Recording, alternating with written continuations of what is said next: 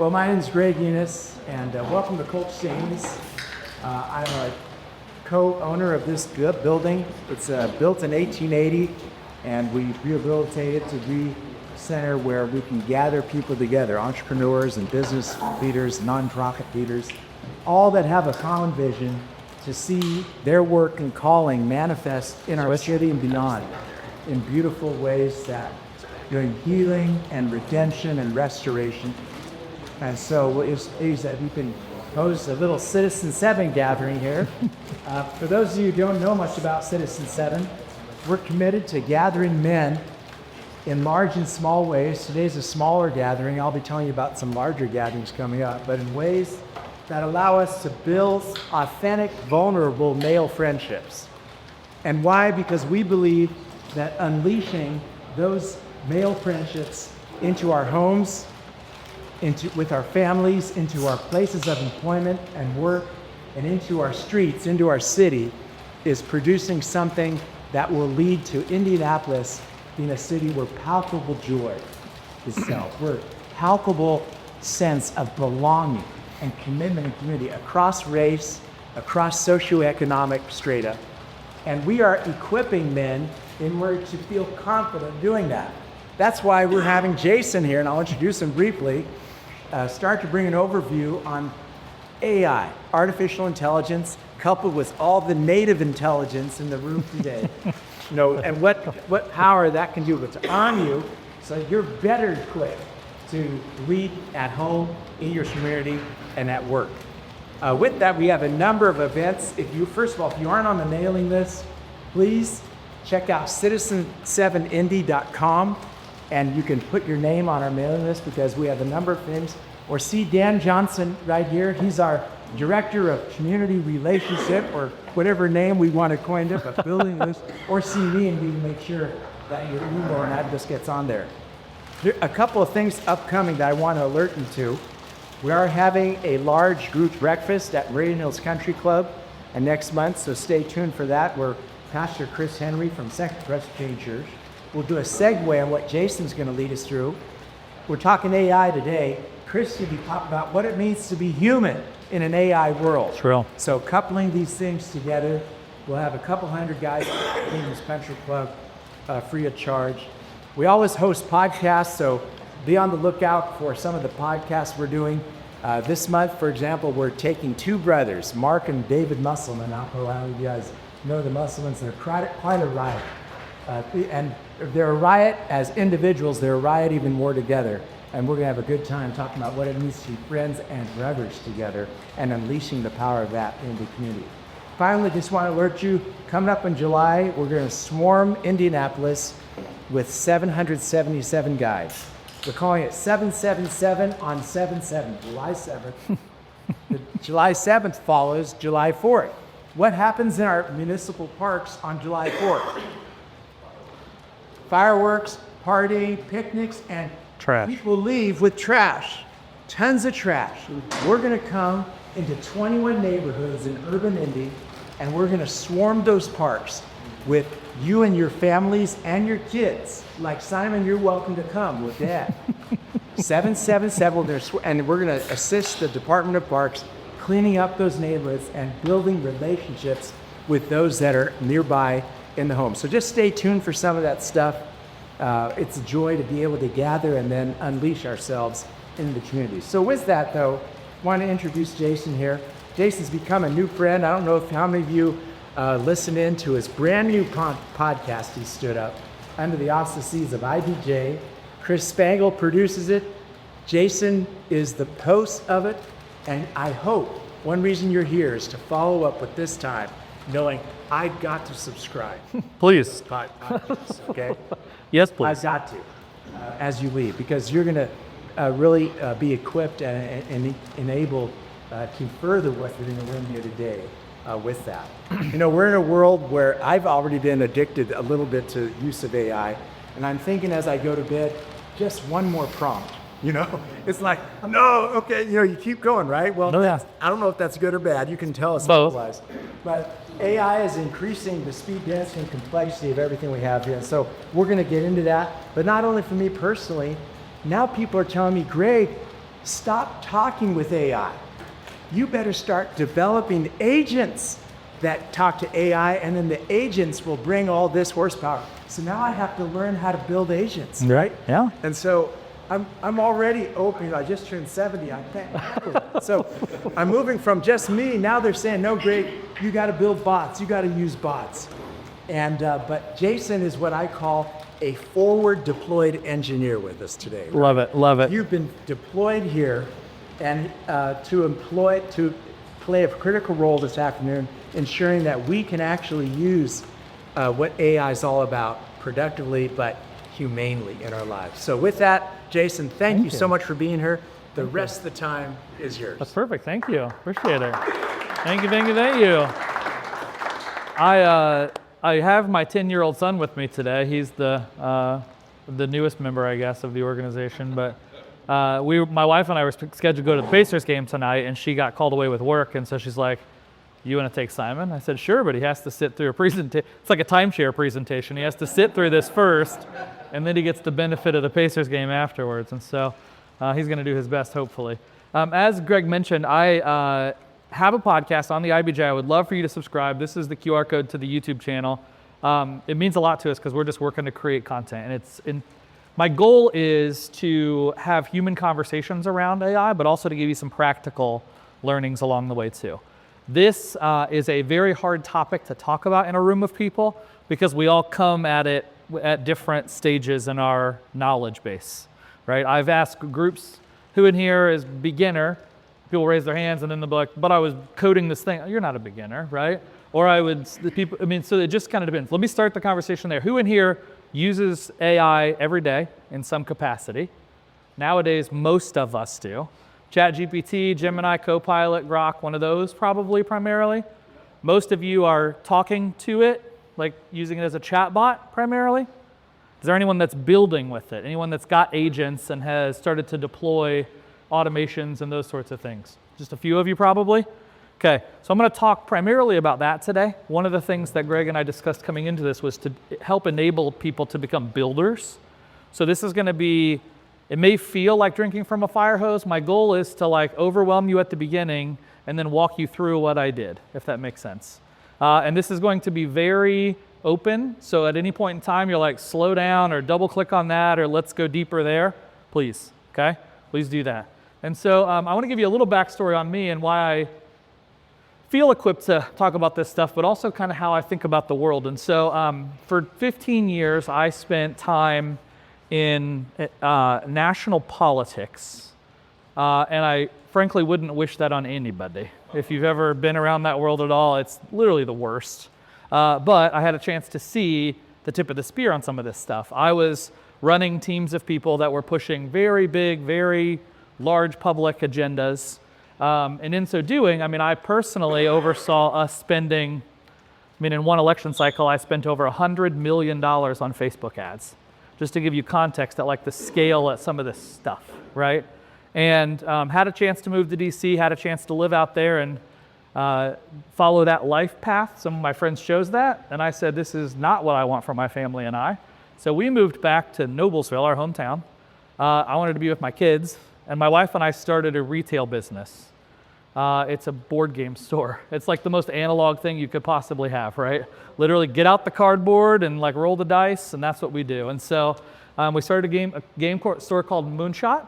And the premise was, this is the entrepreneur in me. So I went to school for entrepreneurship. That's my background. I'm the tip of the spear, run into the fire, then figure out what you're doing inside of the burning building once you're inside the building, right? Versus having the plan on the outside. We started this game store, and my calculus was, Amazon's eating the world as a retail space, right? If you're trying to sell widgets or gizmos, it's almost impossible to compete because they're cheaper, they're faster, they have better customer service, and they deliver it right to your door basically same day or next day at this point, right? How does anybody compete with that? But I looked at my hometown of Noblesville, and I was like, we have to help build a flourishing downtown community to be able to get economic development to create a place for people to want to go. And so we took over a lease that was way too big for our britches. We put a retail store in the front, and we created a community space in the back, similar to this, right, where you just become a gathering place.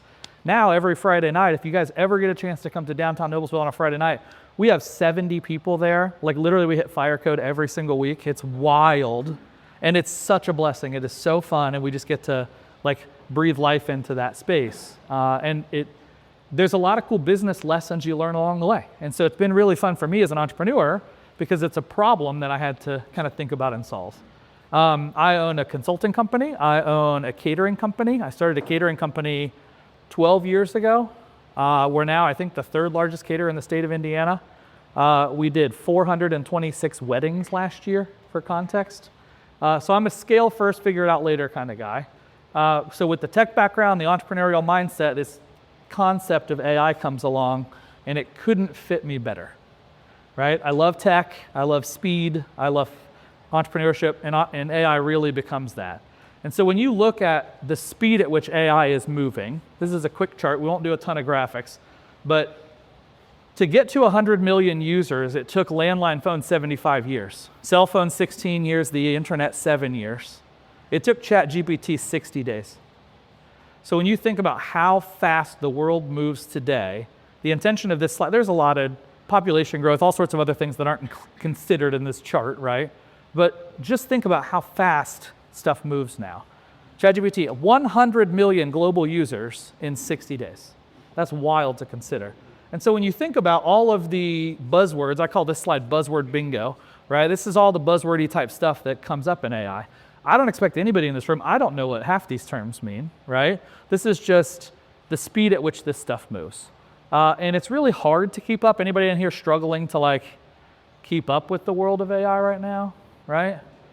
On my podcast, I had a chance to interview the chief AI officer for a little company in town called Eli Lilly. And Thomas Fuchs said something that made me laugh out loud. He said, AI is like soccer right now. Everybody's talking about it, but nobody's playing, right? And I was like, that's pretty spot on, actually. Like, it's in everything. It's part of everything. It's been around more than we probably give it credit for. But now it's just like, how are we using it? What is this doing? And importantly, why, right? And so one of the things I wanted to start with this group, I don't always do this, but I think it's really important.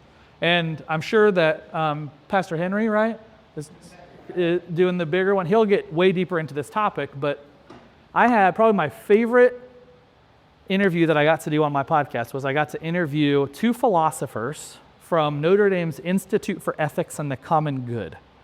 This is a department inside of Notre Dame, Catholic University, studying AI ethics. They just got a $50 million grant to study AI ethics with a Christian worldview. What a cool job. I was like, how do I just sign up to do that? That sounds amazing, right? But I had a chance to interview them, and normally when I do a podcast interview, they're like 20 minutes.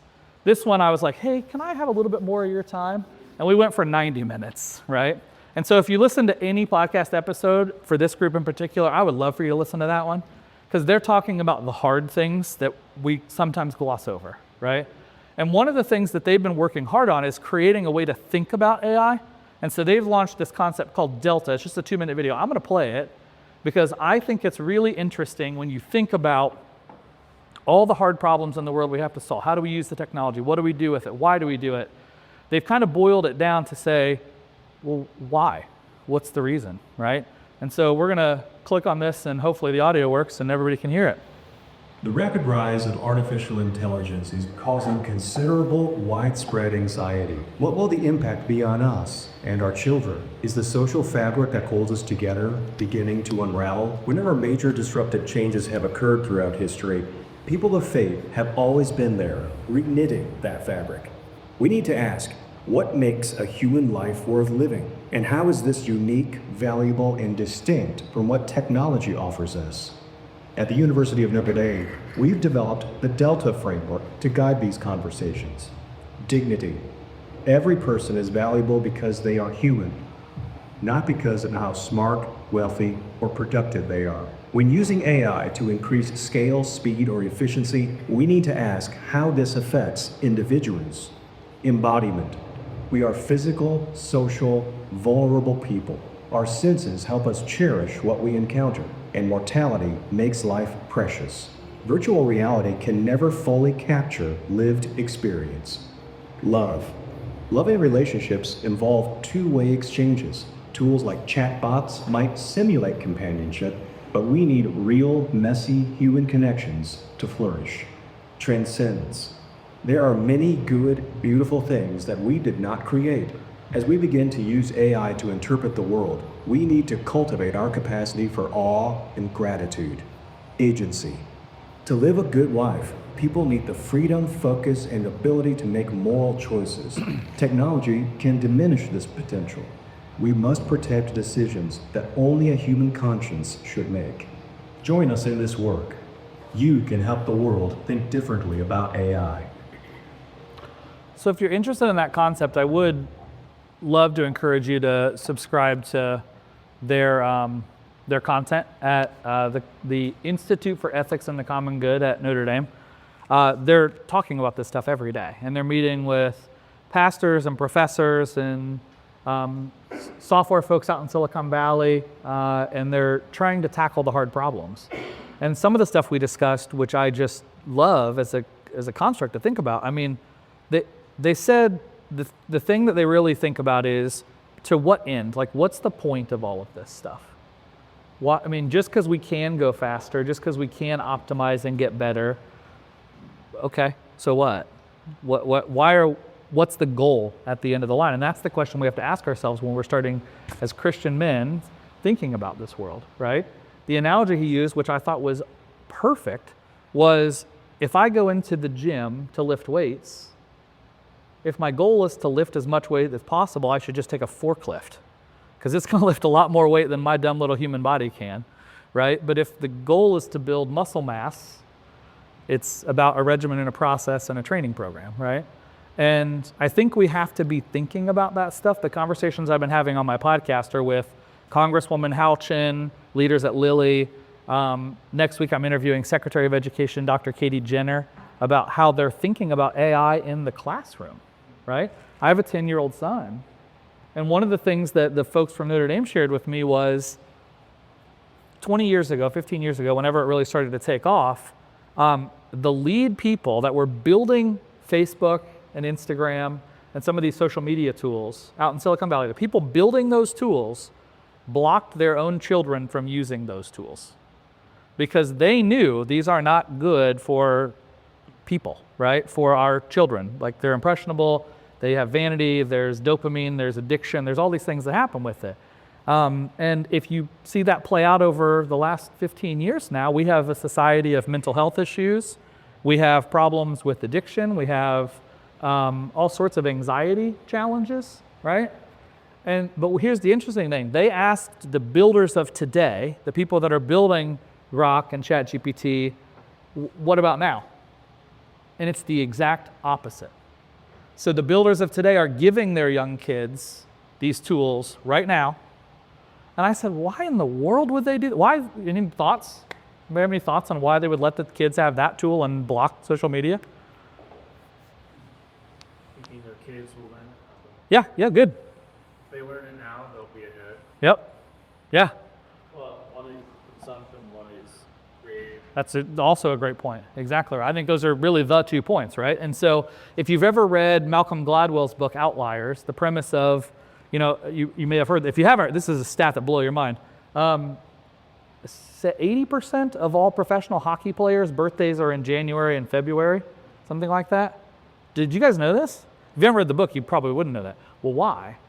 Doesn't make any sense, right? He works backwards and says, well, because at the age of 5, when they put you into the haves and the have-nots group on your youth hockey team, the kids that have a 10-month head start as a 5-year-old are more developed and better, right? And when the birthdays break December 31st for an age bracket, the older kids are farther along and therefore get put into the advanced program, and it just does this all the way through their training to the point where a large majority of professional hockey players' birthdays are in January and February. Isn't that wild to think about?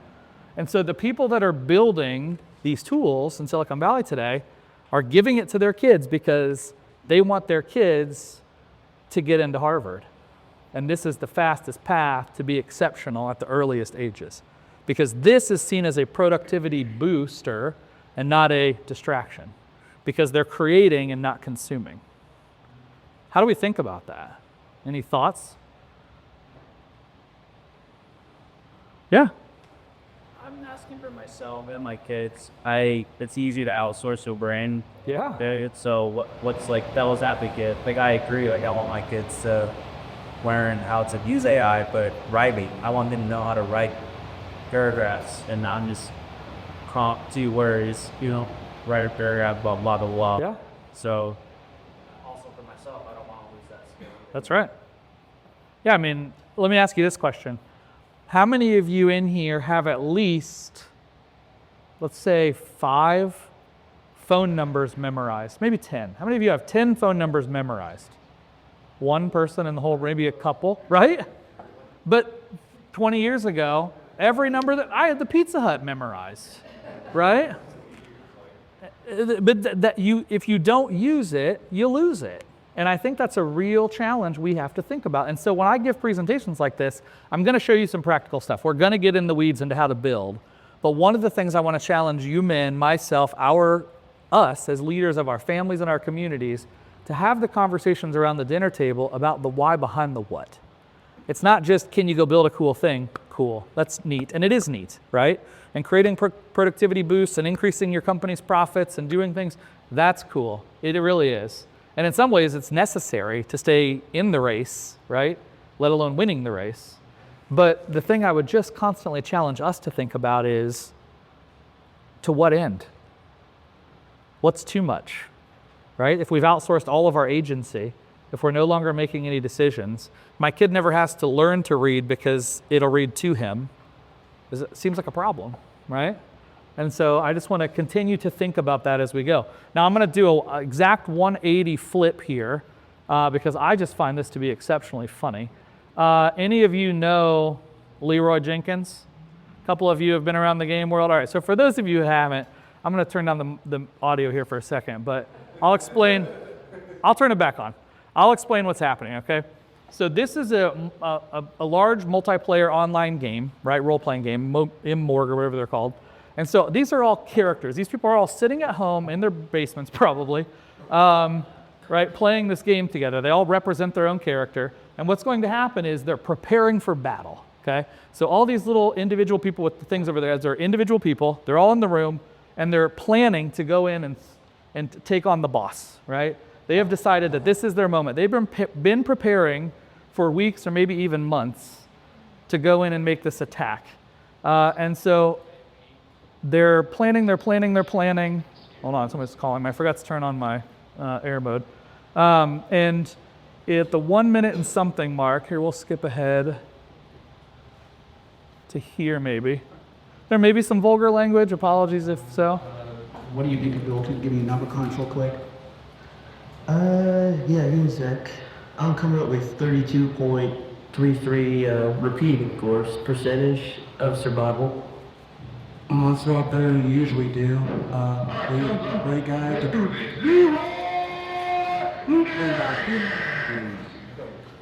Oh my god, I just ran in. Okay, so these guys are all sitting around a room having a master plan on how they're going to do this together as a group, and their one idiot friend just bull charges into the room and gets them all slaughtered, right? And so it's just such a funny concept because it's like, I'm that guy sometimes, right? My entrepreneurial nature is like, let's just go figure it out. I told you earlier, run in the room and then figure out what happens. Well, sometimes slowing down and having a plan actually makes a difference too, right? And so I love this one. I think it's just a fun thing to kind of interject into a conversation. The reason I show you that is because I am intending today to just jump in and start showing you what I'm building, but I want you to stop me if it's overwhelming, if it's confusing, if you want to double click on anything. I have found after doing dozens and dozens of these presentations, the best way is to just show you instead of to like put up screens and talk about stuff, okay? And so we talked about chat. I put up here, chat is yesterday, today is agents, I think. Greg talked about that. And then tomorrow is really automation, like where it's just doing it for you. And I'm going to show you what I do today and how I think about stuff, and then we'll go backwards from there. But we talked about chat. Now, how many of you, ChatGPT specifically, is there a tool that any Gemini, a couple of those, any co-pilots? Probably because your company requires it. Claude, you said? How many of you have changed which one you're using? So tell me, Spangle, tell me what you did and what you're doing now. GPTs and Gemini and Claude. Okay. Just think Claude seems more of more of an ethical company. Super interesting. Okay, what else? Anyone else want to give me their journey? I did the same. Because it's ethical? Not for ethical purposes, but because it's a lot better, in my opinion, than Gemini and Chat. Okay. Any other people want to share their journey? Is everybody on the, we're all using Claude now because it's the thing? Yeah, good. And played with 4 or 5 and landed on Claude mostly with ChatGPT. Okay. For also, because also is SQL's financial. That's great. So you're building with Claude Code then? Okay. Anybody else building with the coding bots? A couple of you? Okay, we'll get into some of that today too. And that's where it really opens your eyes. You're like, oh my goodness, this is a cheat code, right? It's unbelievable what happens with the world. And so my journey was I got introduced to ChatGPT a couple years ago, probably when it first really hit the mainstream. And I was all in instantly, right? I think I've had the most expensive account on every one of these platforms ever since they came out, probably. And what I have found is that ChatGPT is very, very good if you've not done anything. It's so user-friendly, it's so easy, and it's so good to just get started. So for those of you that have never really used an AI agent before, I would probably start there, right? How many of you that use ChatGPT have used the audio feature of it? Like maybe a couple of you. All right, let me just show that to you. So if you haven't seen this before, I think it's really an amazing starting point. Because if you've ever used Siri or Alexa, most devices nowadays have some version of a talking agent built into it. ChatGPT voice is that, but with audio. So when I'm driving, my son can confirm. He's always like, I don't want to talk to this thing anymore. See, he's waving his head. Because I'll just turn it on my car audio and we just have a chat where we're going, hey, I'm getting ready to go meet someone and I want to know about their backstory and what they did and what their business is and that sort of thing. And so this is it, just to play it for you. Hey, I'm in a room of Christian men leaders in the Indianapolis-area. We are at Polk Stables in the Martindale-Brightwood area. I want you to introduce yourself and to maybe tell them a snippet or two about this area that you could impart some wisdom on them. Hey everyone, I'm glad to be virtually here with you all. I'm your AI companion. Think of me as a conversational partner who's got your back whenever you need a bit of insight or a fresh perspective. Now, Polk Stables is a piece of history right in Martindale-Brightwood. This area has deep roots in Indianapolis's African-American community. Once a hub for black working-class families during the railroad era, over time has been through challenges, but it's also been a space of resilience, community rebuilding, and hope. I'm sure many of you are part of that ongoing renewal, so as you lead, keep in mind that the legacy of community strength is already under your feet. I'm excited to see. It's not Siri. Right? It's not here. The weather is 56 degrees, right? It's like having a conversation with a human being, like the smartest human being in the world, just sitting there next to you, which, as the Delta framework was talking about, like can be intoxicating. It's like, man, I have the smartest person in the world sitting next to me. We can talk about literally anything at any time. That is a resource and an asset if you choose to use it, but it also can like steer you in the wrong direction if you're not careful. One thing that you all have experienced firsthand is that AI tools are sycophantic in some way. They parrot you. They want to please you. And so they very regularly are like, yeah, Jason, that's the greatest idea anyone's ever come up with. I'm like, thanks, right? So you have to be really careful and thoughtful about how you interact with these tools. The reason I showed you that was simple. If you're not using any AI tools today, the challenge I would give to you is if you go home or go anywhere and try to Google something, try ChatGPTing it instead. Just start there, right? That is the first step to finding a change in mindset, I think, to try to start using some of these tools. We can talk about the complexities and the differences and the nuance. Maybe I'll hold that till the end if you guys have questions around which tool for which job, so to speak. But I like ChatGPT to start with. I think some of these people are on the right path, that Claude has elevated itself very quickly, very usable, and has some wildly cool features built into it. I'll show you some of that. I also believe fundamentally that Google has stepped up its game tremendously in the last 6 months. Prior to that, honestly, I was so frustrating when I'm inside of a Google Doc and I can't get Google's own Gemini to do anything. And I have to go to ChatGPT to get it to do something in Google. Like, what is happening right now? But that's really starting to tighten up. And if you've spent much time around Google's ecosystem at a high technical level, that company is so big and there are so many different teams and groups that the right arm and the left arm sometimes just aren't talking. And so they're smoothing that out. Google is going to be probably the powerhouse in AI because they are the biggest, strongest, baddest beast on the planet. But with great power comes great responsibility. And what I'm witnessing is Claude is stepping up and saying, we're going to try to do this ethically. Anthropic, the company that owns them. Now, with great power comes great responsibility. How ethically, right?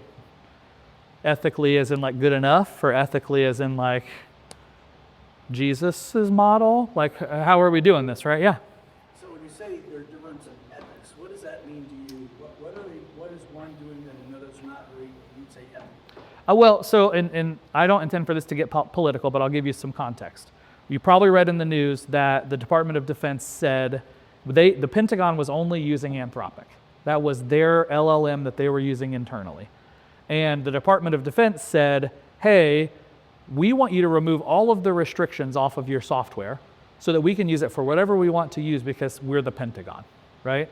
And Anthropic said, well, we'll do some of that stuff, but there's a few things we're not going to budge on.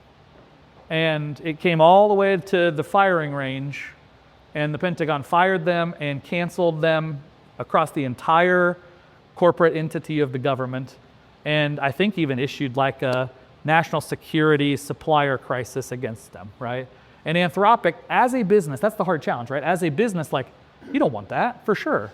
But they made a choice. I'm not backing that specific choice, but I think that if you look at how they do things, I'll show you this in real time. When you go to do something on your computer using Claude's app, and it has the potential to do something nefarious, it prompts and says, do you mean to give it permission to access this thing? Yes or no, right? All the other tools just do it. And so to me, they've thought about the permission side of it and the agency side of it and the do you mean to do this part versus just letting it run free. Does that make sense? Yes. And so, again, we don't get the luxury of seeing what happens behind the scenes. It's all big black box. I don't know if they're scumbags behind the scenes or if they're authentic or what, right? But I can tell you that the software design feels, from an outsider's perspective, more focused on me instead of taking advantage of me, right? And I mean, good example too, if you watch any of the congressional conversations, like Meta, Facebook, is notorious for like abusing its users for its own gain, right? Just recently, Zuckerberg was in court talking about how he was fighting to keep the age of consent for Instagram at 13 years old, right? Congresswoman Houchin was just telling me that her 13-year-old daughter got an Instagram account, and she found out. She asked her to shut it down. It didn't get shut down. She went to Instagram directly and said, I want to shut this down. And Instagram said, you cannot because it's not your account. She said, it's my daughter. She's 13. They said, sorry, our terms of service are with your daughter. Now, you can't vote, you can't drive a car, you can't smoke a cigarette, you can't drink a beer, you can't go in the army, but you can sign a contract on the internet, right? It just doesn't make any sense. And so I think there's a lot of conversations that probably have to happen there. I don't have all the answers. What I try to do on my podcast is to ask the questions and get people smarter than me to pontificate and talk about that sort of stuff. And so that's the hard part probably, is that, and that's the part I really want to challenge you guys on, is get informed on these things, read up on them, have these conversations, have these discussions, because frankly, like, this stuff is moving faster than any legislator, than any legal group. The laws don't know how to keep up with this stuff. The schools don't know how to keep up with this stuff, right? Last year, Indiana's official policy was AI is banned in schools. School systems could change that, but the policy was no AI in schools. This year, the policy is they can use it, but they have to disclose that they're using it. I'm told next year's policy is just assume they're always using it all the time. Quite literally, right? That's 2 years. And so it's such a hard conversation to think about. And so a big part of this conversation is not just the practical, how do I go build a thing, but it's the why. It's the to what end, right? And that's where I want all of you to leave here talking to your friends about, talking to your family about, leading your family with, right? How do we do this responsibly? Because I will tell you, people ask me, the number one question I get is AI going to take my job? Legitimately, that's the question. And my answer today is no, but someone using it probably will, right? Because they can do 5 times what you can do if they're using it effectively. And I'll show you some of that today. I do think at some point in the not too distant future, a lot of jobs are going to go away. Full stop. I don't know what that means. I can't predict that. I have no idea. But I think we as a society have to start thinking about that, right? There are some predictions out there that say 50% of all jobs in America will be replaced by AI. 50%. What does that do to an economy? It doesn't just magically fix itself. We're resilient. Our economy is resilient. I get that. But I mean, these are things we have to start thinking about. So what I try to tell folks today is prepare yourself. Prepare your family. Get ahead of it. Start thinking about it. Start using these tools. Get familiar with them. Go from there. Before I get into showing you things, any questions, comments, or concerns about any of that? I would say there's a stealth hidden job reduction that has already happened. Oh, yeah. I mean, we have a number of software engineers at our company. We have not backfilled Yep. one who's left. We're not hiring juniors, not hiring contractors for 2 or 3 years. And it's very much because of productivity case for software engineering in particular, which we all thought people asked about to replace Machine, right? Yeah. So just to add, And it's one of the first jobs that's getting replaced by the machines. exactly. Yeah. I love your t-shirt, by the way. Well, thank you.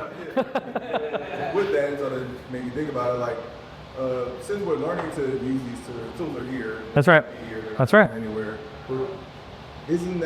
Aren't we actually training ourselves out of these jobs? Like, we're training the AI to become smarter. Now we're training the agents. You said tomorrow's automated.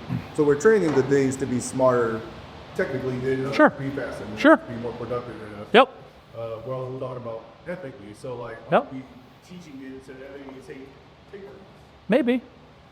I don't know the answer to the second part. I think the first part, like, the world moves forward with or without us, right? How many switchboard operators exist today, right? How many people that sit on the elevator and push the button for you to go up and down, outside of at the Pacer games, because that's a sweet job. But outside of that, like, how much of that, right? And so those jobs have evolved, and as a society, we find new things. I was talking to a lawyer about this, and they're scared, right? I mean, I can write a legal contract that's probably as good as anything they can write in about 8 seconds, right? And it's a real thing. And so if I'm a lawyer and I go to higher ed and then law school and then go through law school and then I'm 12 years into this career path before I actually start making any money, and now all of a sudden, like, I can't make any money, that's a real challenge, right? But I think what's going to happen is it will evolve. The lawsuits are just going to get messier. They're just going to get clunkier. There's places where there's no precedence, and they're going to be suing each other over that stuff, right? Like, I think that we're going to find economic opportunities in all these different places. I don't know what that means, but I'm an optimist, right? I believe that if we're willing to understand that the world is changing and not just stick our head in the sand and saying, I'm not going to try, that's where I believe you could get left behind. Actually, question after that, question on AI training AI day. Okay, we'll come back to it. Yeah. So what I'm hearing, of the day myself, but it feels a little bit like the adoption of fresh. Yeah.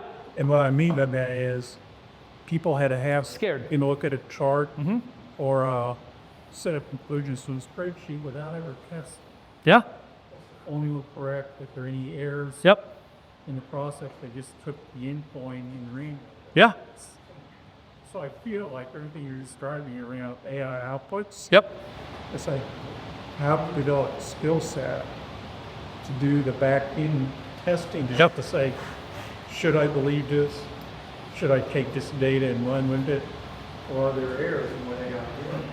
That's a real thing. And that's present day. So the answer to that question to me is, as the world moves, present day, it's still full of hallucinations and inaccuracies, right? It was worse 6 months ago or a year ago. It's getting better every day because it starts to build its own error checking and validation in. So part of what I build today nowadays will test itself 16 different ways before it presents it to me, right? Which spreadsheets could never do unless you built them to do. So we're going to get to a place where it's giving you bulletproof info at some point, right? It's just time over target to get to that place.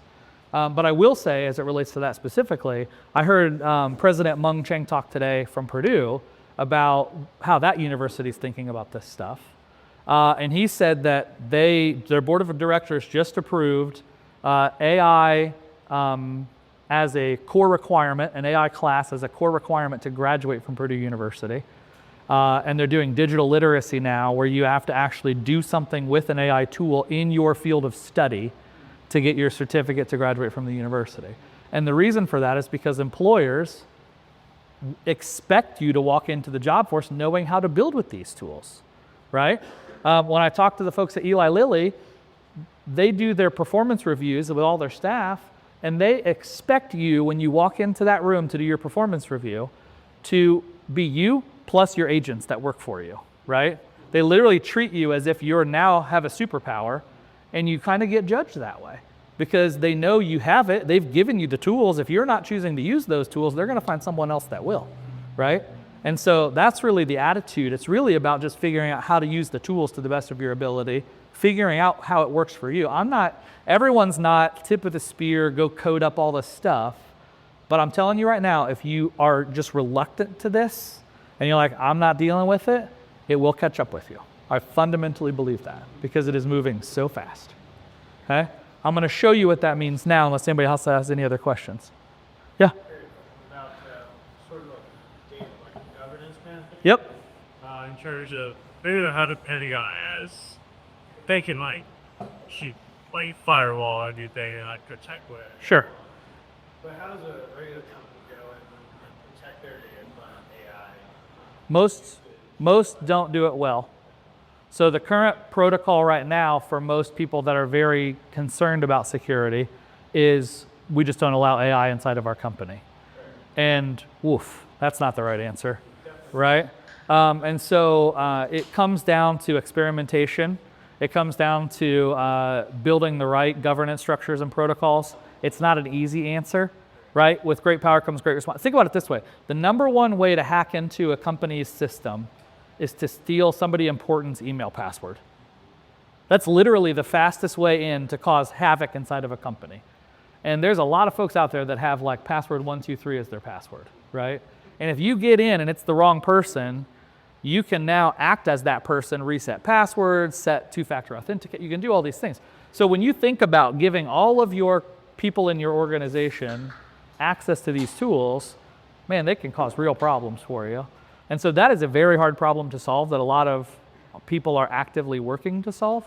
I have lots of thoughts on that issue, but it really depends on your culture, who your competitors are, what this looks like, how sensitive your data actually is, right? And I honestly come from startup culture where it's like, I mean, I'm not worried about it. If you really want it that bad, I'll just give you my P&L statement, right? Like, it's not that big of a deal, but some companies obviously, HIPAA compliance, SOC, all those sorts of things have to do it differently. So it's a hard question to answer. There's no black and white, I don't think. Okay, well, let me talk a little bit about one thing that people always tell you when you do a live presentation is don't ever do anything live because it breaks, but that's just not my thing. So I'm going to do some stuff live. Okay, this is a tool. So I have a consulting company that I do AI consulting for folks, do mostly presentations. I don't really do a whole lot of like work for hire stuff, but I have two people on my team. One is my executive assistant and the other is a creative director that just likes to build things, right? She's been on maternity leave for 3 months. She just came back 3 weeks ago. And in that time, when she came back, I said, all right, let's get into the weeds on this AI stuff. Let's go build our own tool to manage our life. Let's eat our own dog food, right? To steal Mark Cuban's term, instead of like trying to adopt Airtable or Trello or Asana or some of these tools that do that. And so we created, over the last couple weeks, our own tool that manages our to-dos, okay? I have it hooked up to my calendar where it pulls in all my tasks and to-dos. We have client information in here. I have individual tasks with the drag and drop feature to be able to move my tasks around. I have nested abilities to leave comments or check marks. I have task files. I mean, like every feature you see here was us saying, wouldn't it be cool if we had that feature? And then we just go do that feature, right? I'm gonna show you what that means and how to do that because this feels overwhelming. That's why I said I'm gonna start here and then we're gonna work backwards. But this is state of the world today in terms of being able to create something for you that isn't just learn how to use the software that your company gives you, okay? And it really is a fundamental game change if you're into this sort of thing. We have to manage social media pages. I told you I own a board game store, right? We were using some third-party software to do that, and it was terrible. And so I was like, let's just go build our own. So in 2 hours, we built a tool that allows us to put in all the details for a social media post, schedule it, build an approval process, get feedback on it. Whole thing, soup to nuts, automatically posts on a schedule to our social media pages, right? Like, sure, you could buy a piece of software that'll do that, but this thing bolts right into our tasks and our to-dos and our process. And so when you start thinking about trying to manage life with 1,000 moving variables, what if it all fit into this, right? I have to manage a podcast. You good? I have to manage a podcast. I've committed to do 52 episodes. We've recorded 15 so far, okay? So I have a list of upcoming episodes and roughly who's going to be on these. I have a whole thing of guests that we might have on, right? And people that we might have on and when they might record and what that looks like. And this is just a tool that I built for my EA who stresses out about having to book a show every week, right? I don't worry about it because I don't really worry about a whole lot of things, but she certainly does. And so when we sat down and said, what could we build as a company to make your life easier to manage? She said it would mean the world if we built a podcast management tool. Okay, done, right? So we got a social media tool. You can't get this in Asana or Trello. You could duct tape it together. But as I tell my kids, you get what you get and you don't throw a fit when you use software, right? It's opinionated, it does what it does, and that's what you get. The world we're in today is, if you know how to build these kinds of tools, you just custom build it to do exactly what you want it to do. And you can hook it up and you can integrate it and you can make it do all these different things. I can show you dozens of examples of things that we're building. And what I'm going to show you today is how to do something like this. Does that seem like a reasonable thing to dig into? Okay. Are old guys that can learn this? Yeah. So there's lots of tools that are moving forward. It depends on preference, kind of like the chat bots. But what I'm going to do right now is I'm going to open a product up. This is called Replit, R-E-P-L-I-T. Okay, Replit is a paid service. The way it works is you put in, I think it's $25, and it gives you some amount of credits. And every time you do a thing, it charges you some amount of credits off of that. And when you get to 0, it says, would you like to recharge, right? So it's like the old cell phone model where you had minutes and when you used them all, you had to buy more, right? That's kind of the model it is right now. But this is what's called an agentic input screen. So this is where I tell my agent what I want it to build, and it goes out and builds it for me. So imagine this. You're sitting down with a software developer, and you have an idea for an app that you want to build. When I say app, I mean web application, not like an iPhone app, okay? But it can be used on mobile or desktop or whatever. But it's a website, basically, that has logins and connections and application and all of that, right? And you're sitting down with the software developer, and you decide that you want to build it. Who in here has an idea for an app? Is there anything Citizen 7 specific, or is there anything anybody has in here that, if you've got one, just like, let's talk about it. Let's just throw it up here and I'll show you. Go. So at the end of the day at our company, I want to carry balances over with credit card, anything that goes into that to change the balance from one day to the next day and be accurate. Okay, so I understand. You have multiple credit cards. So let's just say that we have any receipts and receivables that come in or out. Okay. So the office manager is going to give you an end of the day what the balance is. Like they physically tell you it's $18.28. Basically, they're going to take whatever, like yesterday's balance was, add the charges, the APs, what they added to it, and Okay. at the end of it, give me an end of the day balance. Okay. And it's how many different transactions, accounts, charts? 10 to 15 total. Transactions? Total. In one account? No, in the whole day. Okay. And how many, is this different accounts then all connected together, or how does this? Three credit cards and a checking account. Okay. And a sweep account. So let me make sure I understand this correctly. So you have 15 transactions that come through in a day, and you have those item numbers, and those are coming from a statement or? It could come from a credit card charge, it could come from a sweep account, taking one account and bring it over to another. Pulling it. So, okay, so I can do this. I can show you conceptually how to do this. The problem I would tell you with vibe coding something like this is you're talking about connecting to bank accounts, which makes me nervous as a consultant, right? Because I mean, we could build a view only that only pulls down and can't push back, right? what the person would enter without Sure. getting into the. Got it. Let's do that then, okay? All right. I need you to build an application where I can enter a handful, let's call it 15 to 20 daily transactions that are flowing through my company. And I need to have a balance amount for those at the end of every day. And so that I can track my balance day to day.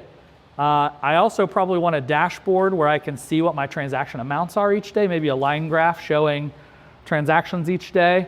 It'd be cool to have a look back on all of the balances every day to see if there's some anomalies in the way or whatever. Are there any specific things you're looking for when you're doing this? Like, what's the goal of this? What's the point of this? Accuracy from one day to the next day of a human error. Okay. Specifically, I'm looking to really track down any human errors across multiple accounts to make sure that there's not money missing or money misaccounted for. So help me build this. I need input screens to track this stuff, and then I need a visual dashboard to see it. Okay, so this is an example, real time, okay? And I'm telling this tool, go build this application for me. This is AI building. AI is building it. So it's like sitting down with a software developer and telling the software developer, I want you to do X, right? As we were talking about earlier, he's got software developers, they're not backfilling some of those roles. Part of the reason is because junior software developers, you would sit down with one, it would do that, and it would go. Here's what it's saying. I'm building you a transaction tracking app where you add daily transactions across multiple accounts with running balance calculations, daily balance tracking, and a visual dashboard, okay? So that's what it heard me say, and it's going out there and actually building this application. It'll take a few minutes, so while it's doing that, let's just shift over and do something else. How's that sound? What LLM? You can set it up to any that you want to. I have mine set up to OpenAI. So when you use Replit, the core features, it has a connection to OpenAI as its default. But then when you hook AI into it, you choose your own models from there. And the pricing is dependent upon how complex your model is and how robust it is and how fast it comes back. And so it's all transactional. I'll show you at the end of this. You'll get to physically see it building this thing, okay? Then you'll get to see how much it costs to get to this MVP, minimum viable product. Yeah? Yeah, go ahead. Jason, I was going to say, if you wanted, you could plug in Enas, type in 70th, type in birthday.replit.app, and see a picture of Greg for in this case that is fully built. Sounds like we have to do that. So Enas, 70th, birthday.replit.app.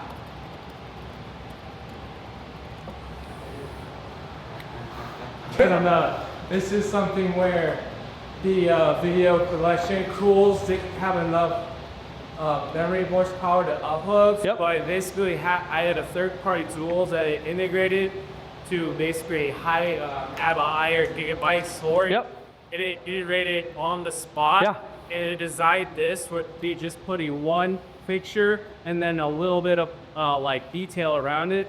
And this, from the first time using it, was like 20 minutes to like go live. And I was just like, this is insane. So when Jackson, I used it. I had no idea. I loved it. How it got built. My career, my technical career was quality assurance and testing, and it was a seamless user experience. I did not have any issues. I did 2 cakes. I did it all standing outside the bank of Carmel in the wind that came close, and it worked perfectly. I mean, not just illustrating something like that would have taken weeks to months, just 5 years ago. So what you're seeing is tools like this, tools like Claude Code and Claude Cowork are causing a lot of riffles right now in the software space. If you have software as a service that you're paying for, right, to run your business, and you're paying a monthly fee, a lot of times you're paying per license or per user inside of your company, sometimes it's hundreds of dollars per person, you can now rebuild 80% of that overnight on your own without those things. Like, companies are really feeling the pressure of this. The software companies that have built their entire model on selling you something that cost them $1 per license seat for you, like hard costs, and they're selling it to you for $150 a month per user, right? QuickBooks and Jobber, things like QuickBooks, Jobber, Salesforce, HubSpot. Clay? What is it? Clay? I don't know what that is. Prospecting database tool that mostly is LinkedIn scrapes. Yeah, sure. Let me show you something I built with that? Yeah. Okay, we'll do that. Here, we'll just pull it up. So I had a client reach out to me that said, hey, I am interested in building a prospecting tool. I said, okay. I don't know which one it is, so give me a second. So I built Prospector IQ. I have less than 4 hours, probably 3 hours total time built into this application, okay? What's the URL? That's not right. Don't go to this URL because I haven't password protected it, but here's what I did. They just basically said, hey, wouldn't it be cool if we could find every dentist office in the 5 counties that we service, right?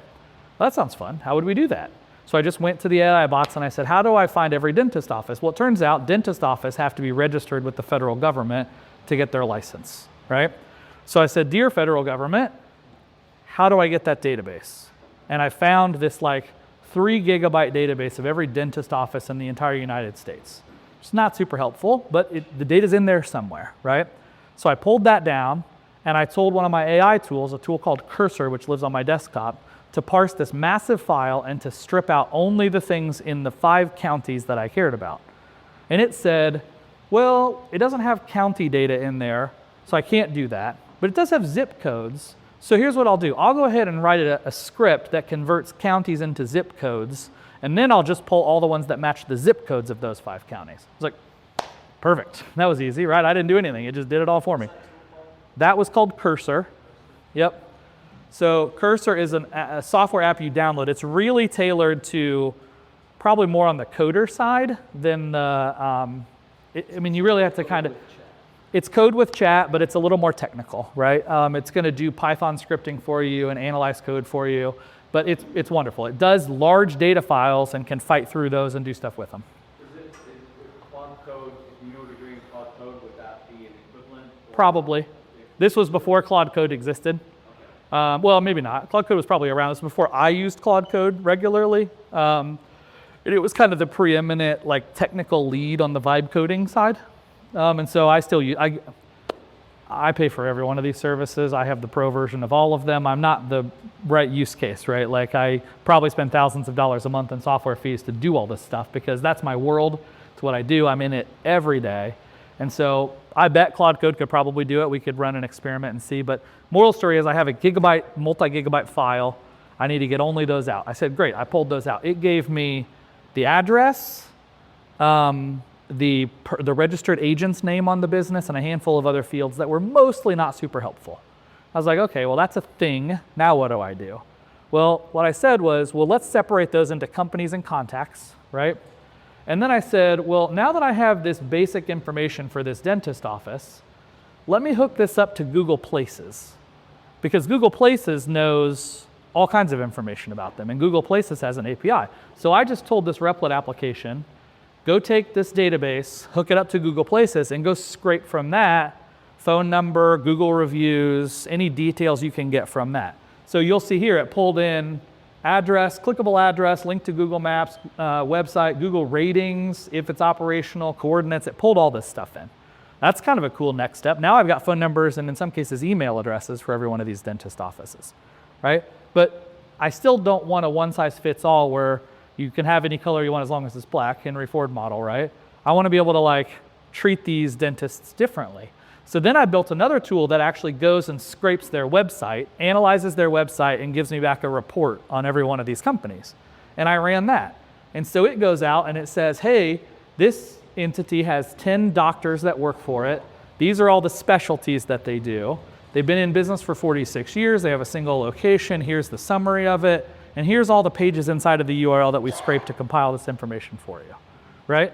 So in a matter of a few hours total time, I went from an idea to downloading the entire dentist database, running it against Google Places, running it against their own websites, and now I have this comprehensive breakdown of all of these companies, and you can just see the sheer volume of information that I have from a prospecting tool. Questions about that? Yeah. Yeah. So like for example, right, let's say like new dentist, coming to the market. Yep. How would You wouldn't. This. we automatically like? Yeah, you could build a feature that like occasionally scrapes a Google and says, hey, if I don't have one of these, upsert a new one into the system. But because I use the federal government's data as my starting point, I would have to wait for the federal government's data to refresh to do a full one. Now, I would probably, if this were accurate, I would probably build a way to be poking, prodding, and pinging to find those new places, right? I'd find a way to listen and solve for that. But I just wanted to show you from a prospecting perspective, like, built this prospecting tool in no time. And it was just a free thing. It was a buddy that said, could you do this? And I was like, I don't know, probably. And I just did. Questions about any of this? Is this overwhelming? Is this interesting? What are our thoughts?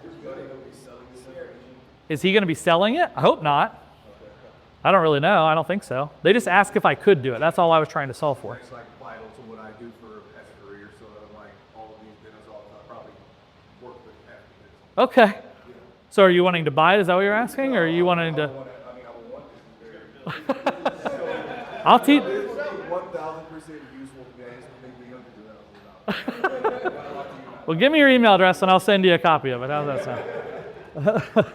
But the point, though, is like if you just think about the problem you're trying to solve and you get comfortable with these tools, you can dig into it. And so this is the part I'm going to make that hopefully is the mind shift. We've got about 20 minutes and I want to be fair on our time today. Happy to answer some questions and stick around. I do have to get Fella to a Pacer game, so I can't stay too long. But it really is a mindset difference, right? We, especially as humble Hoosiers, struggle to use AI tools correctly. We're so used to Google searches where we try to limit how much we put in. We're so used to using software tools where it gives us a field and we fill in the field that we're not used to like open-ended thinking and how do I prompt you in such a way where I get back something great, right? And so instead of interacting with a web page, this is the challenge for you. Think of it like and I know this is contradictory to everything I said about with the Delta framework on the front end, but think about it like a human being sitting next to you. If you were coaching a software developer to build your application, what would you tell them, right? If you had to build a prospecting tool, what would you say to them? And just say it. You don't have to be right. You just have to get it out there. And if it doesn't understand, it will come back and say, I need clarity on this, this, or this, right? That's literally how this whole process works. One more question for you. Sure. How about from protection? What if I wanted AI to protect from other people, from other AI to get my information? Can it be used for that? Oh, for sure. The tools I'm using, not necessarily. So if you're building a tool like this, anything I build, I put behind login screens, and I use Google's OAuth system to do that. So you have to log into my Google email address to get in to anything that I build. But you want to protect your identity or your company, any AI tool that protects against other AI tools. Yes, but it's not something you would build. It's something you would buy. And one of the challenges you're going to face, because it'd be too hard, you can't stay on the cutting edge of whack-a-moling every ding-dong out there. I tell folks at my house, I can install an alarm system, a gate, dogs, deadbolts. I could put 15 deadbolts down my door, and if they want in bad enough, they're just going to drive a truck through my wall or take a chainsaw and come in the side of the house, right? And so security is a little bit wild to think about in the big picture, but in general, there are tools. That is a buy versus build. I would always err on buy versus trying to build. Any other questions about this? All right, let's pull up what was your first name? Kurt? All right, Kurt, here's the first version of your little tool that we came up with, okay? It's got a little dashboard feature, right? You can put transactions in, you just add the entries, right? It has your different accounts connected, right? This one needs paid. Thankfully, you got the money over here to use for it. And then it'll show you the daily balances. And so this is a made up version where it is creating, it's pulling the data. This is all sample data. We didn't give it anything. But if you had exports from each of those bank statements, even if you had exports for the last 5 years, as PDFs, as Excel file, as anything, screenshots even, you could just upload all of those and say, backfill all of this, and it'll fit right into this application. We built that in less than 2 minutes, probably, of effort. It took 15 minutes to build. But here's the thing. I just hired this software developer to build this thing. My total cost to get to this point was $3.92. Okay? So when you think about solving problems for you as a business owner, as a nonprofit leader, as a husband, right? You can do really neat things with tools like this.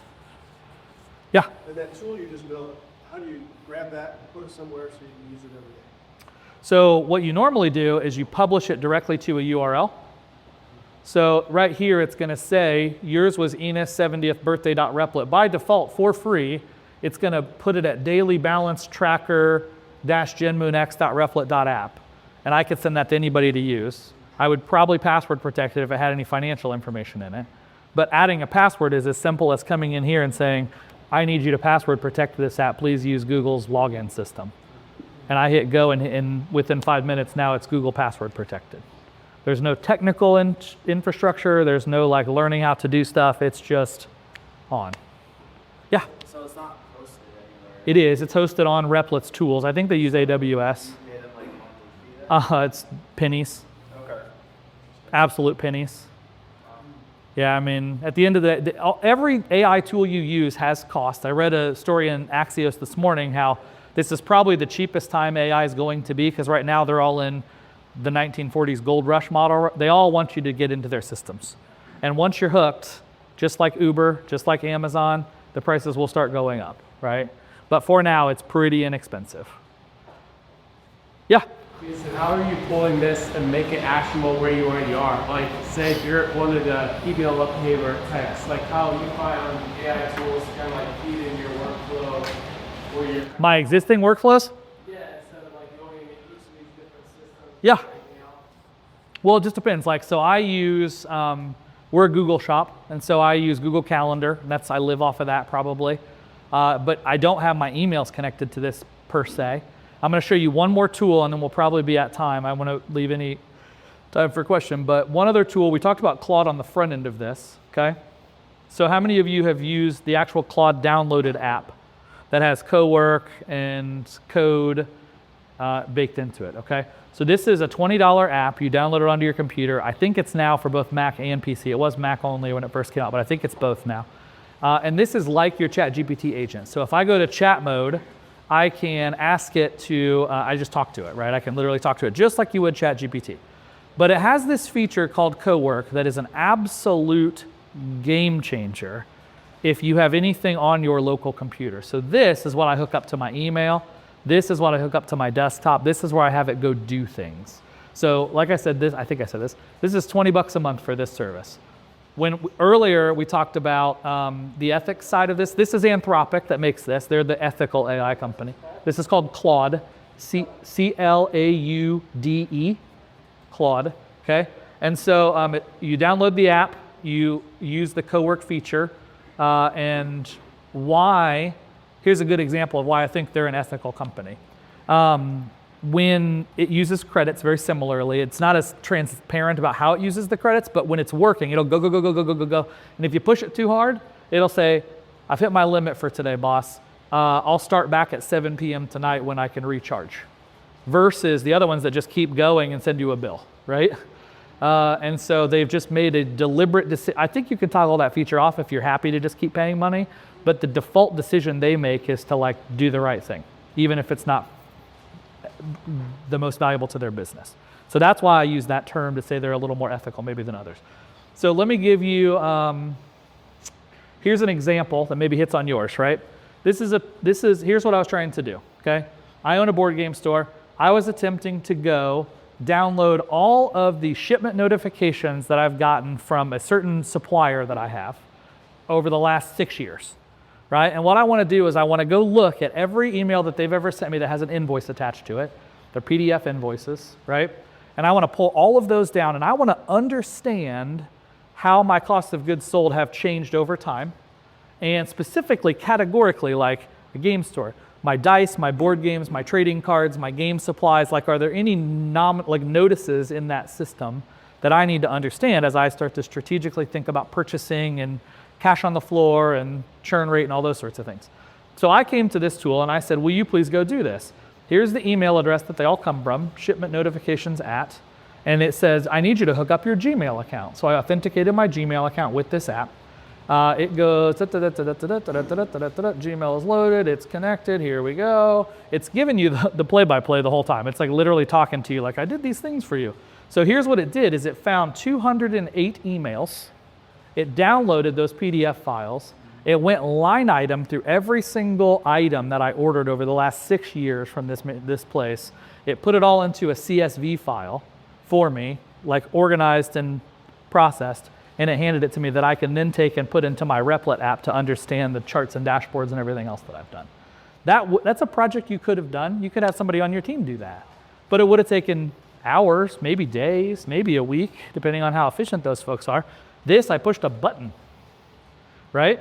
And now I have that capability in front of me. And so 206 files, 39 megs. Here's what we did. We pulled all these things down. Here's the actual CSV file I created. There's the data, like done, right? So what CoWork does that's different than ChatGPT is it actually connects to your desktop and it will take over your browser and it will interact as you. So sometimes people try to do things. I was with a client earlier today who was trying to do something that has two-factor authentication, right? They have to log into their vendor portal and they have to do the two-factor thing. And they're like, how do I do this? And I said, well, what I would do is I would log in on your own computer like you normally would. Then I would go to Claude CoWork and I would say, take over my screen and go do all of these things for me. What they were doing, their system was so antiquated that they had to physically open something up over here and copy and paste 42 different fields over to here, right? And there's no way around it because there's just not an export-import, there's not an API, it just is what it is.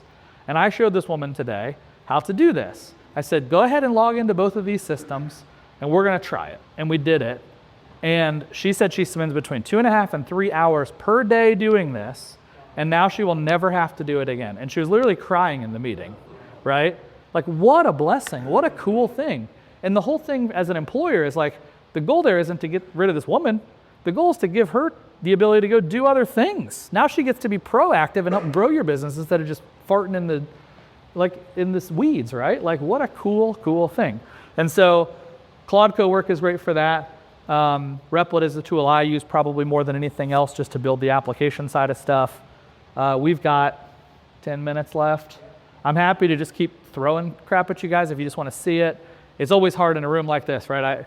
Hopefully this is helpful, but I definitely want to hear from you. So what do you, I don't know, bring it on. Yeah. Personal experience. Have you chose LLM? Here's my 24-hour day, 7 daily, 365 days. Yep. Help me. It's more efficient, more effective. What else, knowing my interests, can I now add into my life? Yep. How would you do that? It's not ready yet, is my experience. So you can tell it that and have that conversation, but generally as human beings, we're not very good at tracking our own time and our own resources, right? Like, I'm way less efficient than I think I am as a proud man, right? And so here's what I'm attempting to do, because here's how I'm planning to solve that problem. How many of you have heard of OpenClaw? Is anybody in here familiar with that concept? So I bought a Mac Mini, right? It's a standalone Mac device. I downloaded this open source software called OpenClaw onto it. Do not do that yet, please, okay? It's not ready. I just did a podcast episode on it. Go listen to it. I walked you through it. Moral of the story is that it's the future, or some version of it is the future, but it's still messy. Here's what it's intended to do, is you install it on your computer. I call mine Jarvis, like Robert Downey Jr.'s little robot friend from Iron Man. And I gave him an email address, and I gave him a cell phone number, and I gave him a Slack bot. So I can literally text Jarvis right now, which is my little bot sitting on my desk in my office, and it'll receive the text message and it'll go on a quest and do whatever I tell it to do. So why that's promising is because if I start CCing it on things and start uploading audio, I have this little device here. If you do a lot of in-person meetings and you want to digitize, I highly recommend this device. It's called a Plaud, P-L-A-U-D. It's like $150. It's $20 a month for the unlimited storage. But you literally just set it on the table and push this button, and it will record the entire conversation, take notes, and send them to you, right? And if you're doing it with the same people in the room all the time, you can actually train it on each person's voice, and it will say, hey, at the end of the meeting, it'll say, this is what Kurt said, this is what David said, this is what Jayson said, and it'll assign to-dos to you based on who was supposed to do what at the end. Plaud, P-L-A-U-D. I set up an open brain Uh-huh, yep. for that whole idea. Yeah. Have you played with that? I have not. I've heard of it. I have not played with it. Like it? I like that Claude has awareness of a whole bunch of stuff that it didn't used to. Yeah. So now just say, add notes to the open brain. Yeah. But I don't know how rigid a semantic database that I haven't structured could be. At some point it'll become a junk drawer. Well, the part about a junk drawer, though, is that eventually it can parse the junk, right? Because you put the brain on top of it. It doesn't have to be structured Postgres database, right? It can just be a blob of stuff that it can start to parse and process. So my answer to your question, Greg, is my goal with Jarvis is to CC him on all this stuff and have him start to give recommendations. What that tool is designed to do is it's intended to think ahead. Hey, I heard you mention to Larry, my assistant, that I had to get an email out on Tuesday about my podcast, and it's Monday morning, so I went ahead and drafted a version of it for you, versus me saying, go draft a version of this podcast for me, right? That's where this is headed, where it's going to start predictively giving us tools, because it can run 24 hours a day, 7 days a week, on a computer that I don't touch. It's air gapped from everything else. It literally lives by itself in this little corner, and it can do those sorts of things, right? And so I believe fundamentally we're probably a year out maybe from that type of tool really coming together. Tools like this feed into it, this Plaud device. Tools like Zoom where it takes your notes and puts them right in. I mean, it just depends, and this comes back to the whole Delta framework stuff. It depends how much we want to give it, right? If you're nervous and don't want it listening to every phone call you have, then it's not going to have that information. If I am from the generation of like, I'll give you the recipe. You can have it. I'll probably cook better than you can. That's kind of my approach, right? And so I just give it all and then hope to use those tools. Like Amazon is one of those fascinating creatures where it's like frustrating that it always knows what I want, but then I always buy what it tells me to buy because it's right. It's like I do want that thing. And so that's just part of, I think, figuring out how to manage our own personal privacy in this process. Yeah, David? Would you consider using AI for, I don't call what I'll call creative problem-solving situations where it's not data-oriented? Love it. We got a mess, and what are we going to do? Love it. 100% yes. The key there is making sure that you don't let it lead you down the wrong path. Simon, close your ears for just a second, buddy, okay? I have an Amanda bot. My wife's name is Amanda, okay? And one of the things I heard a long time ago was that there are a lot of marriages that are having challenges because people are turning to ChatGPT as their therapist, right? The problem with ChatGPT or these tools is that they parrot you. They tell you what you want to hear. And so when you're complaining about a frustrating situation, it's going to just take you, man, she's being really unreasonable right now, right? You should, okay, hold on. So what I did was I built a bot that literally gives me only her perspective, right? This makes no sense to me. Help me understand it, please, right? And so how I think about it is when you're asking it for those things, make sure that you're asking it to be critical of you. Make sure you're asking it to show you your blind spots, right?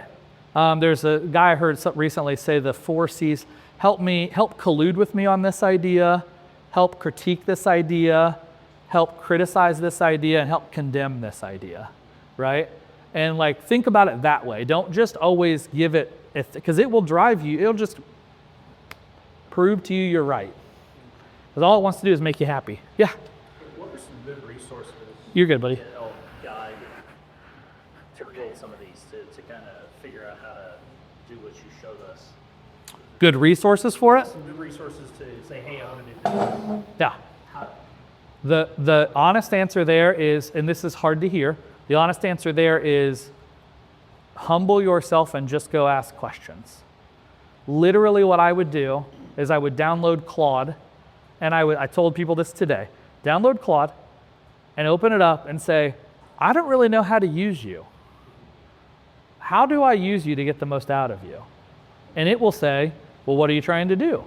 And you'll say, well, I run a business and I'm having issues with my finances and daily balances. right? And I'm trying to figure out how to do this. Is that a tool you can help me with, or can you recommend a different tool that might help me? And quite literally, it's about moving away from looking for some influencer to tell you exactly what to do, because it's moving so fast. And it's just getting comfortable with the idea of humbling yourself and asking the tools. So it'll prompt you how to put these things together. 100%. Absolutely, yes. But you have to be willing to keep asking. Where we fall down, especially as humble Hoosiers, is we don't like to offend anybody, right? And we don't like to look stupid in front of other people. That's a human characteristic, and I think we personally struggle with that probably more than many people. And so just, it's a robot. It's not a person. You're not going to offend it, and you're not going to look stupid. I love when I'm in a room of people and we're building something, I love it when it fails. Because I'm like, well, crap, that didn't work. Let's try this, right? And it's that. It's literally just like, well, today I was trying to get a Excel file from this format to this format and make it match. And I literally looked at it and I was like, this isn't even close. So I took a screenshot of what it gave me and a screenshot of what I gave it. And I said, will you please look at these two and you tell me if they're close? And it was like, man, we're way off. I'm like, yeah. And so you just have to be willing to like push those buttons. What's your favorite trick question? So ChatGPT 5.4. Yep. I need to wash my car. Yep. Car wash is a block away. Yep. Should I walk or drive? And Okay. it'll tell you to walk. Yeah, for sure. And but Claude will say you should drive because It will tell you to walk today. Sometimes it changes, right? Because that's a object permanence thing, which is really interesting. some suck. Yeah, but it'll fix that. It used to have how many R's are in strawberry or blueberry, and it would tell you wrong, and then you'd be like, no, spell it, and it would get it wrong multiple times. I mean, it's just part of it. Okay. One more question. We're at 6, but go ahead. Bring it back to the beginning. Yeah. I've been noticed you give me a lot of good ideas, we'll play around with, and you start learning a little bit more. Yep. Seems like it'd be intoxicating you. Yep. Because you can start going down around. Yep. Doing this, and this. Yep. Getting more and more efficient. How have you limited yourself at doing it? It's a great question. So I think it's all about a construct of setting up your life, right? Just like anything else. Too much of anything is a sin, I believe, right? Of anything. And so my perspective is like, find out what your priorities are and work around those as constructs. I could sit at home all night tonight and vibe code and build stuff and go, but it's more important that I spend time with my kiddo at the basketball game. But what you can do here that is a superpower is you can queue things. So regularly when I go to bed at night, I'll give it 15 or 20 tasks, and then I just shut my computer and go to bed. And when I wake up the next morning, it has been working all night long.